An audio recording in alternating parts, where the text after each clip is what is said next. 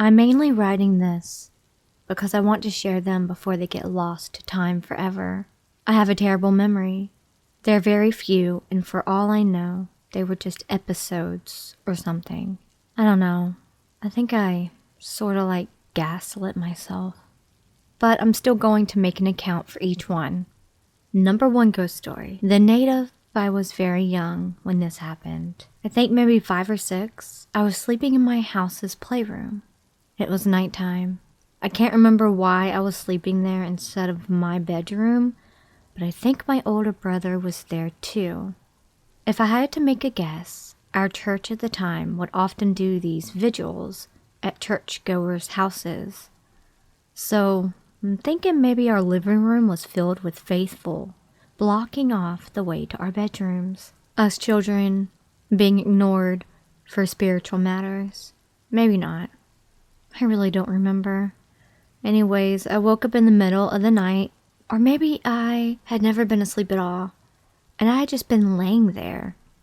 What I do remember clearly is that from the open doorway, I could see into the hall. There was a very tall, dark man wearing what to me seemed like Native American clothing, just passing through.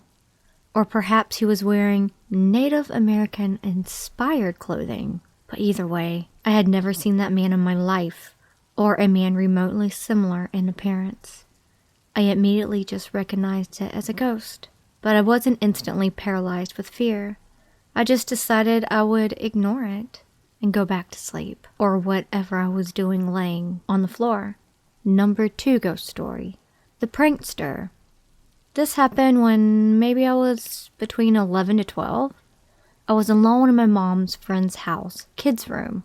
Everyone was somewhere else. The girl to whom the room belonged was off with the other girls her age playing.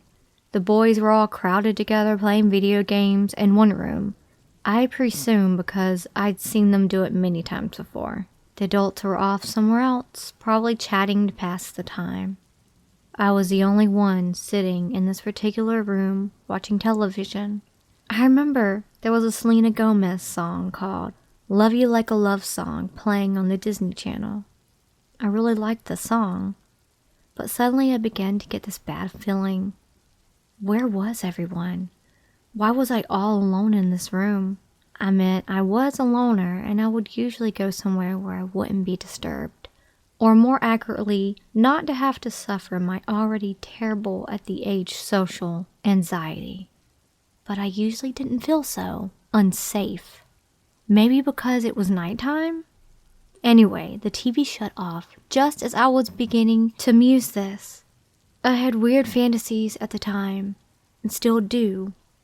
It makes life more interesting not to rule the possibility of magic or things of an occult, supernatural nature out, even if you don't necessarily consider yourself a believer. So I thought, whoa, am I like Matilda or something?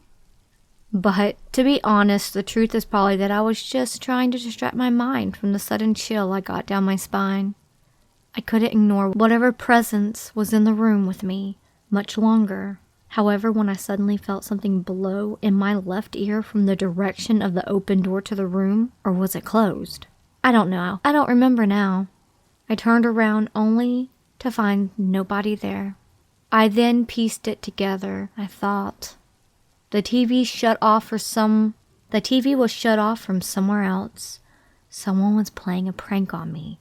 Probably one of the boys. They had probably just run out of the room as I was turning around. I called out my older brother's name and ran out of the room into the hallway, only to find, once again, nobody. Not even a sign of disturbance. It was eerily quiet. My social anxiety prevented me from going to check on the boys' room, but I could tell you that in the moment I was truly alone. Everyone else preoccupied. I can't remember what I decided to do next, but if I went back into the room to endure my fear alone, or if I eventually got the courage to knock on that door.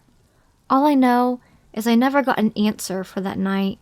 My older brother might occasionally tease and be a nuisance, but wasn't very known for playing pranks like this, especially not on me. And my younger brother didn't have what it took to play a prank like this. It could have been one of the other kids, but I probably checked with them. Anyways, who knows? It was just weird. 3. The stalker neighbor. Or was it a demon? The last one I have on file in my memory, banked to the date. As of writing this, I was around 13 to 15 years old. My room and the projects we lived in at the time. It was a danky room. I was a depressed girl, trying to write in my journal, or read a book, or sing a song. I don't remember, but it was at night, and the projects could be beautiful at night. When you open your window and look out into the streetlights casting patterns onto the pavement and grassy mounds, but my window curtain wasn't open tonight, it was closed, and through it, cast in the glow of some light source. For some reason, the distant outline of a man. I don't know how that made sense. I didn't know how that could make sense then either. I was just very confused, especially when I opened the curtain only to find no one there, and yet the distant shadow still crystal clear. Unchanged, completely still. Let me be extra clear though, this curtain, it's not like fabric curtains that hang from a metal pole that fold in on themselves and can be very easy to see shadows and things through them. This curtain is literally like a sheet of paper. No curves or creases. Flat and translucent. Nothing like that had ever happened before. I closed it and opened it many times. No one outside. The lots in the yards were completely empty. Or was there a man there? I know this sounds so crazy, but trust me, that when I say I've had a bad memory, I really mean it. Whatever there was, man or no man, that shadow, that feeling of being watched, terrified, but fascinated me. I ran downstairs to my mom so she can come see it, come see the strange shadow in my curtain. I made her run up the stairs as fast as possible, but despite all of my haste, fear, and excitement, the shadow was gone as soon as I returned with my mom in tow. I think it was a demon or a ghost. Number 4, ghost story. This could have easily been just seeing things, so I don't know whether to count it as true. But I swear by the truth of what I felt rather than what I saw. That way it can't be said I'm not being 100% truthful. So my mom and I, we clean houses for a living. Houses that construction companies clean out and renovate or whatever before selling them. Yeah, sorry for the terrible ill-informed description there. Barely a high school graduate for a reason. We arrive one day to a house, and we're confused. Is this the actual house? But already looking at the house, it feels so occupied. I got this feeling someone definitely lives here. This isn't the right house. As we're turning into the driveway, the windows look to me like they have black curtains hanging inside. And then I see a white hand pulling open the black curtains as if wondering, who is suddenly pulling into my driveway? And then close them again as if thinking, must be a mistake or something. I tell my mom this. I say, Mom, someone lives here. There's definitely someone in there, or something to that effect. 100% confident of what I saw, but then she says, let me pray for you real quick. In Spanish, of course. Then we step outside, and I'm confused. Did someone potentially break into the house? Maybe I should bring a weapon inside. But then when we go inside, there's no curtain. The house looks completely normal and empty inside. That feeling of being occupied isn't there anymore. My mom says, you might have seen a ghost. And then I understand why she prayed for me. I'm not very superstitious person. It could have been just a trick of the light. It was nighttime after all. Or I think maybe very early morning. But yeah, who knows? A few years ago, I suffered a miscarriage. I was devastated, and so, of course, I was grieving. My husband and I visited my in-laws one night. They lived in a rural area with very few streetlights. It was a typical fall night, and we stayed at their place until around midnight. It was a clear night. No rain, no mist, no fog, just a clear, cool fall's night. Now, since it was late and there were so few people that lived in that area, the roads were deserted. It was just us alone on the road. Now, all of a sudden, my husband and I both saw something in the middle of the road in front of us. He slammed on the brakes at the exact moment that I yelled, "Watch out!" In the middle of the road was what looked like a dog, or better yet, a wolf. It was in the form of a white mist, but it was definitely there in front of us, and we definitely both saw it in that same exact moment. We had looked at each other in disbelief, and then when we turned back, it had suddenly vanished. I said to him, "Did you see that too?" He described seeing a transparent white dog that appeared out of nowhere. I only saw half the dog/wolf, the front half. We had no explanation for how we both saw the same thing at the same exact time, or how it vanished in thin air. We were very freaked out the rest of the way home that night. Because of that, we were afraid that it was some sort of bad omen, but luckily nothing else happened. I have often wondered of whether or not this was related to my miscarriage, the one that I had shortly before this incident, and maybe perhaps it was a sign of some kind. My best friend passed away in 2014. I was in school at the time, so I was distraught and didn't know how I was going to carry on living. To this day, even being married with children, I'm still feeling like my life is just some sort of epilogue. Like my life was paused that day, the day I found out that he died. Anyway, I got really into my PC gaming, and I would play Counter-Strike with my other friends that I met in college. And it's funny because thinking back on it, I never felt alone even when it was just me when my friends were all busy. One night I dreamt about him. He met me at the Spear Pillar, a location from a Pokemon game that we both loved, and he hugged me. And it was as if his young self had matured while being 2 to 3 years on the other side. I felt his stubble against my cheek, and needless to say, it was very surreal. Further on, he told me that I need to stop worrying, and that he's always going to be with me, be it on the bus, chilling at home, or at college. He said he was always there. Then he said something that quite frankly blew my mind.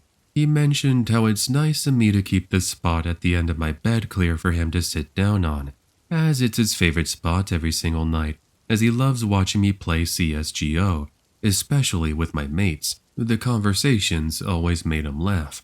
He did tell me that no matter where I am, he'll find me and keep me company. It's crazy because subconsciously I would always clear my bed, and bearing in mind my room wasn't always the tidiest. As an adult, I've gotten better at being tidy. I'm so glad to have met him. Even when I'm away on deployment or even putting my kids to bed, I still feel him around, and it makes me really happy and very nostalgic. In 2017, I got a tattoo dedicated to him too. It was my first ever tattoo. I just miss my friend.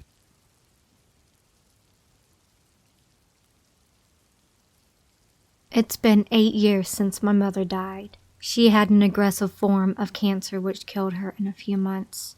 I was her primary caregiver, and that meant no sleep, not much eating, and getting a lot of crap from her, while doing my best to make her comfortable. It must be mentioned we never had a good relationship, and this maybe influenced everything I'm about to write. Over the last month before her death, she had all sorts of emotions to work through, mostly fear, anger, and resentment, partially towards me. I remember she would sleep for a few minutes at a time and then wake up screaming and pulling at her clothes, saying that I had to bring her street clothes and get her out of there because they are coming, all the while looking horrified at the upper left corner of the room. I always tried to calm her down, explaining that I cannot do that. We were living in the upper level in a building without elevators, and I simply couldn't carry her 5 flights downstairs. The moment she passed, I made a stupid mistake. I asked her while crying not to leave me alone. If she ever listened to me, she did it then. She stuck around for about 6 years in my dreams, always making her presence known through noises and smells and so on. In our culture, it is customary to have a mass 40 days after the passing of someone. It includes setting a table for a few people, calling a priest over, sorting through the belongings of the passed one, and gifting what could be worn or used. As I was preparing that, it had gotten a little late, about 10 o'clock, and I had nowhere else to go, so I had to sleep at her apartment and on the same sofa where she died. There was no other possibility for me to sleep, and so I made myself ready for bed. In order to look for an explanation for what followed, one could say that I was really tired and stressed, and also terrified to sleep in her bed.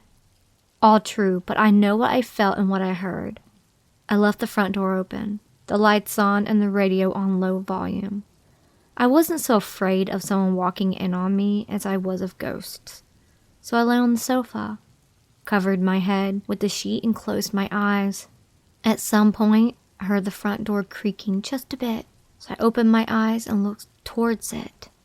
The radio turned to white noise, and all I could hear were heavy footsteps on the creaking floorboards. My mother was a big woman in her healthy years, and the steps I heard were that of a heavier person. Only problem is, there was no one there. The light was on, so I could see clearly all the way to the front door. Next to the sofa there was this fake leather armchair, and you know how this makes a bit of a noise when someone sits in it. Well, the footsteps stopped in front of it, and I heard how someone put their entire weight in it, and it creaked. My eyes must have been bulging out of my head, and I was so sure I was going to start screaming my head off any second now. The chair kept making that noise, like someone sat in it and they pushed themselves back to find a comfortable position to sit. Somehow I found the strength to sit myself up, all the way while looking at the chair. And I said, "Mom, please let me sleep. I'm tired. You know how much I worked today. Tomorrow we'll have the mass, and then it's over with." I kid you not. The noise stopped. The radio started playing again. I put my head on the pillow and I didn't wake up until morning. I don't think I dreamed about it or imagined it. It was too clear and too sharp for it to be just a dream.